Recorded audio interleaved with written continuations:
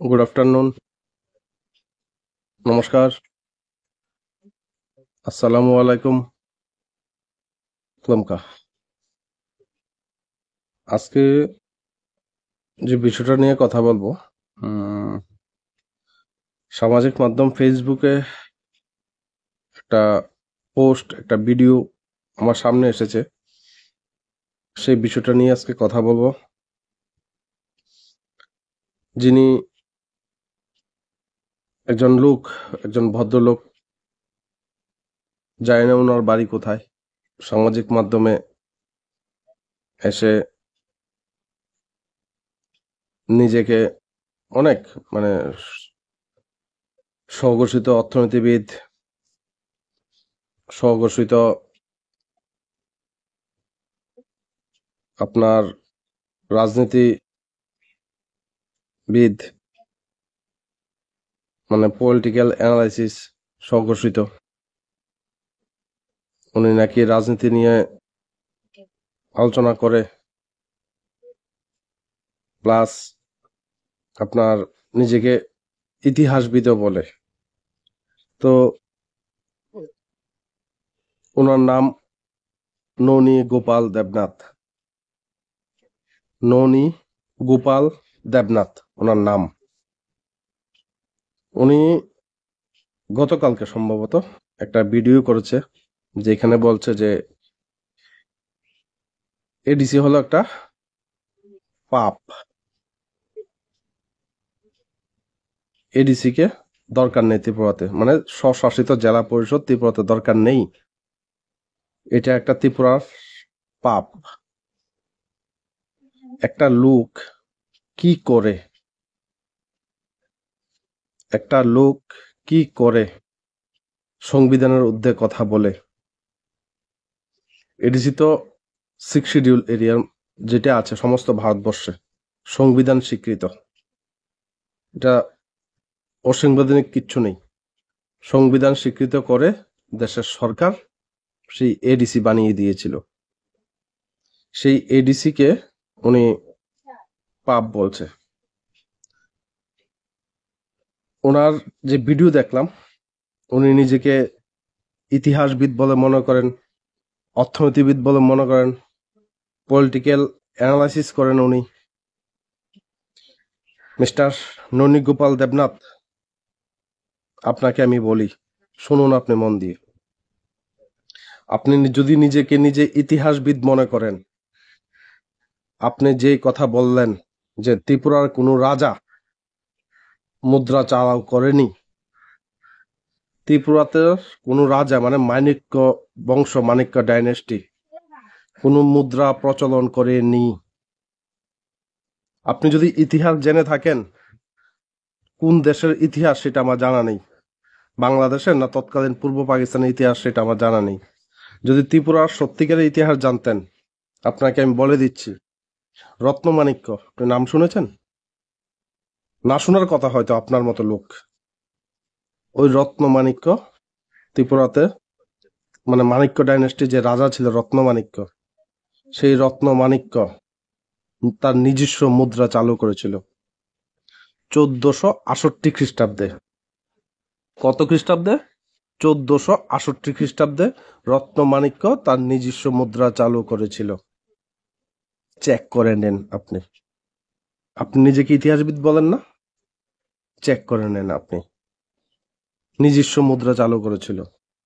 আর সেই রত্নমাণিক্যর রাজধানী কোথায় ছিল জানেন? বর্তমান উদয়পুরে। তখন উদয়পুর নাম ছিল না, রাঙ্গামাটি ছিল। উদয়পুর থেকে সামান্য দূরে রাজনগরে এখনো পুরাতন রাজবাড়ি আছে, সেটা রত্নমাণিক্য রাজবাড়ি। এইখান থেকে ত্রিপুরা চালাতো। যেটা চট্টগ্রাম, বর্তমান চট্টগ্রাম না, সেটা মাণিক্য ডাইনেস্টি, মাণিক্য বংশ দখল করেছিল বাংলার রাজাদের কাছ থেকে। কিন্তু হ্যাঁ, বেশি দিন দখল রাখতে পারেনি।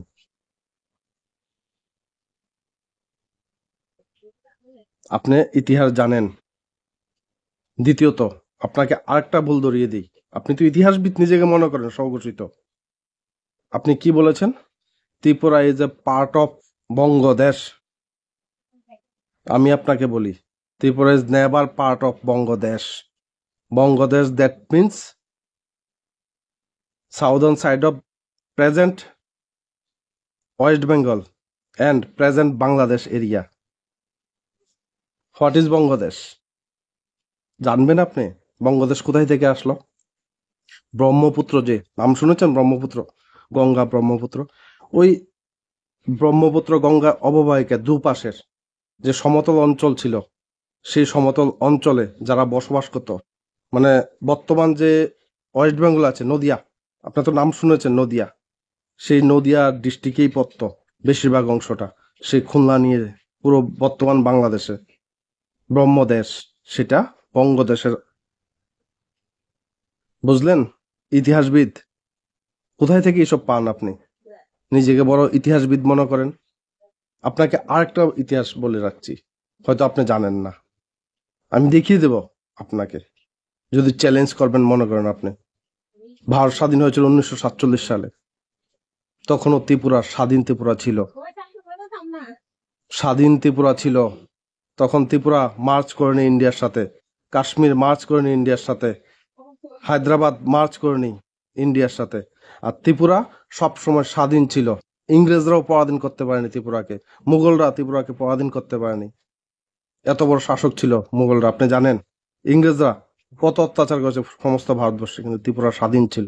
তার সবচেয়ে বড় প্রমাণ বলে দিই আপনাকে, যদি আপনি এইখানে স্থায়ী বাসিন্দা হয়ে থাকেন, আপনাকে বলে রাখি, 1947 সালের পরে 1948 বলুন, 1949 বলুন, 1950 বলুন, ত্রিপুরাতে যে ডাক যোগাযোগ ব্যবস্থা ছিল, যে রেভিনিউ সিস্টেম ছিল, রেভিনিউ স্টাম্প, বা আমরা আজকে যারা দলিল বলি, দলিল, সেই দলিল আপনি দেখে নেবেন।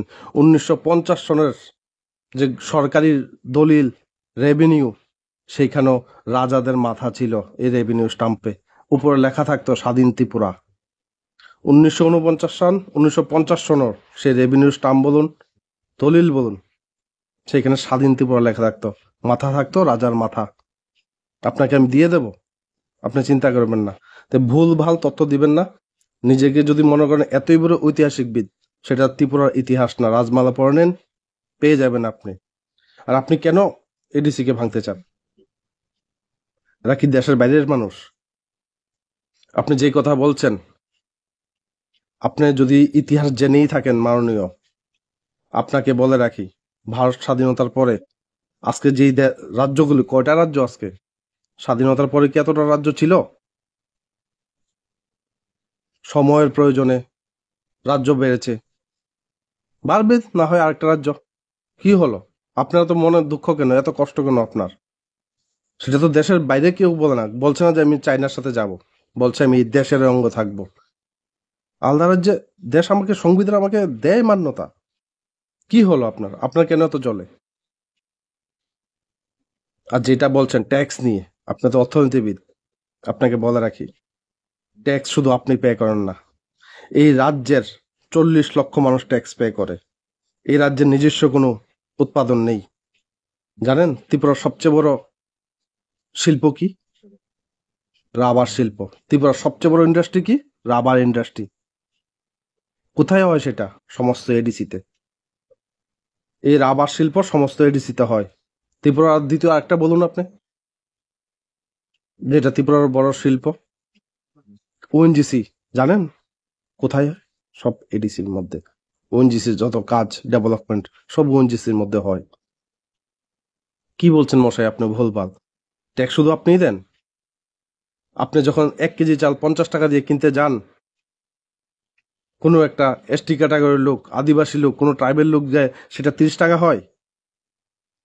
আপনি যখন একটা শার্ট কিনতে যান, একটা গেঞ্জি কিনতে যান মাননীয় মশাই, আপনি 500 টাকা দিয়ে কিনেন। এসটি লোকেরা কি সেটা 300 টাকা দিয়ে কিনে নাকি? আপনি যখন গাড়ি কিনেন, একটা 10 লাখ টাকা দিয়ে গাড়ি কিনেন, শুধু তো আপনি ট্যাক্স পে করেন আপনার কথা অনুসারে। ট্রাইবেলরা তো কোনো ট্যাক্স পে করে না, তাহলে তার সেই গাড়িটা তো 7 লাখ টাকা হওয়ার কথা। কত পার্সেন্ট ট্যাক্স আসে জানেন আপনি? আপনি তো অর্থনীতিবিদ। কত পার্সেন্ট স্টেট পায়, কত পার্সেন্ট সেন্ট্রাল পায় জানেন আপনি? এই রাজ্যে 40 লক্ষ মানুষ ট্যাক্স দেয় মাননীয়। আপনি যেমন রোড ট্যাক্স দেন, ওই একটা ট্রাইবেল লোকও চলতে গেলে, গাড়ি কিনতে গেলে তার বাইক বলুন, গাড়ি বলুন, তেও ট্যাক্স দিয়ে কিনে, 1 টাকা আপনার থেকে কম নেয় না। আপনি একটা যখন টুথপেস্ট কিনেন, একটা ব্রাশ কিনেন, একটা সুই কিনেন, আপনি যেমন ট্যাক্স পে করেন, জিএসটি পে করেন, ওই ট্রাইবেল লোকটাও জিএসটি পে করে। ত্রিপুরাতে শিল্পপতি বলতে কেউ নেই। একজন লোক দেখাতে পারবেন না যে ত্রিপুরাতে শিল্পপতি। আপনি যেটা বলছেন যে একমাত্র আপনারাই বাঙালিরাই ট্যাক্স পে করে, ট্রাইবেলরা ট্যাক্স পে করে না। আছে ত্রিপুরাতে কোনো শিল্পপতি? নেই। বাইরের থেকে জিনিস আনে, সেগুলিকে, হ্যাঁ এটা সত্যি কথা যে বাঙালিরাই বেশিরভাগ ব্যবসা বাণিজ্য করে, সেটা আমিও মানি। কিন্তু আমি ব্যবসা করি, দ্যাট মিনস এমন না যে আমি সব ট্যাক্স পে করি। আমার থেকে যে জিনিসটা কিনে সেও ট্যাক্স পে করে। আমি যে ব্যবসা করি না, মাননীয় আপনি জেনে রাখেন, আমি আবার জিএসটি ক্লেম করতে পারি। আমার টাকাটা আমি বেশিরভাগগুলো পেয়ে যাই। কিন্তু যে আমার থেকে কিনে, সে কিন্তু ট্যাক্স পে করেই কিনে। সুতরাং আপনার অর্থনীতি আপনার কাছেই রাখুন। আলাদা একটা রাজ্য হলে সবার জন্য মঙ্গল। কেন হবে না? আসামে আছে না? আসামও তো আছে। আর ইনার লাইন পারমিট, আপনি যে মানুষকে ভুলভাল তথ্য দিচ্ছেন, কেন আপনি যখন গুয়াহাটি যান বাই রুটে, আপনি তো ইনার লাইন পারমিট, কোনো অসুবিধা হয় কারোর? আমি তো বহুতবার গেছি, 7-8 বার গেছি বাই রুট, ওই কোনোদিন তো ইনার লাইন পারমিট আমার কোনো প্রবলেম হয়নি আজ পর্যন্ত। চেকিং তো করবি স্বাভাবিক, আপনি বাংলাদেশি না কোন দেশি, পাকিস্তানি দেখবি আপনার যদি ডকুমেন্ট থাকে, আপনার কি অসুবিধা? এসব ভণ্ডামি বন্ধ করুন। বাঙালি ট্রাইবেলের মধ্যে দাঙ্গা লাগানোর চেষ্টা বন্ধ করুন। আপনার যে কথাগুলি বললেন, মানে যারা এডিসিতে থাকে তারা বুঝি সব নেশাখোর, তারা বুঝি সব পাপী। কি করে আপনি এই কথা বলতে পারলেন? এডিসিতে 14 লক্ষ মানুষ নেশাখোর, এডিসি 14 লক্ষ মানুষ পাপী, তারা আদিম মানুষ। এডিসি 14 লক্ষ মানুষ। মশাই ভদ্র হন, ভদ্র হয়ে যান। যদি ইতিহাস না জানেন, অর্থনীতি না জানেন, আসেন কোনো এক সময় মশাই সময় করে শিখে যান। আপনার এই ভণ্ডামি ইতিহাস, এই পূর্ব পাকিস্তানের ইতিহাস, বাংলাদেশের ইতিহাস সেখানে রেখে আসুন। ত্রিপুরার ইতিহাস পড়ুন মশাই। 500 বছর জোরে জোরে চিল্লিয়ে চিল্লিয়ে বললেন না, 500 বছর আগে, 500 বছর আগে। আমি আপনাকে 1400 সনের কথা বললাম, যেখানে রত্নমাণিক্য, আজকের থেকে 600-650 বছর আগের কথা বললাম। সুতরাং ইতিহাসকে বিকৃত করবেন না, আর দাঙ্গা লাগানোর চেষ্টা করবেন না। আপনার মতো লোকদের কারণে আজকে রাজ্যের এডিসি পিছিয়ে আছে। এই আপনার মতো লোকরাই এডিসিকে সব থেকে শিক্ষা, স্বাস্থ্য সব দিকে বঞ্চিত রেখেছেন। আপনার মতো মানসিকতার লোক মশাই। কেন ত্রিপুরা যে বাজেট তার শুধু 2% পায় এডিসি? কোনদিন কথা বলেছেন?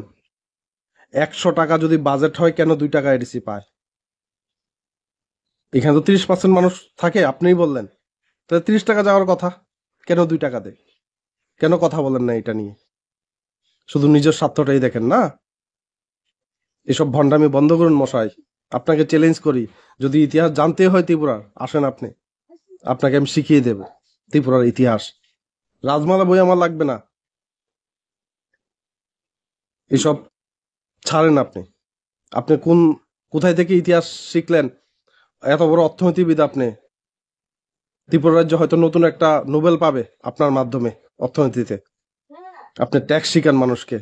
আরে মশাই, ট্যাক্স কত পার্সেন্ট হয় জিএসটি সেটি আপনি জানেন না? কত ধরনের ট্যাক্স হয় জিএসটিতে, কি কি জিনিসে কত পার্সেন্ট ট্যাক্স সেটি আপনি বলতে পারবেন না? আপনাকে চ্যালেঞ্জ নিচ্ছি মশাই। ত্রিপুরার সুই থেকে আরম্ভ করে গাড়ি পর্যন্ত কোনটাতে কত পার্সেন্ট ট্যাক্স সেটা আপনি জানেন না? আগে জেনে নেন, তারপর নিজেকে নিজে অর্থনীতিবিদ বলবেন। সেটা বন্ধ করুন। এ রাজ্য শান্তির রাজ্য, আমরা একত্রে বসবাস করে আছি যুগ যুগ ধরে। আপনার মতো কিছু ভণ্ড লোকের কারণে এই রাজ্যটা অশান্তি হয়। আসসালামু আলাইকুম।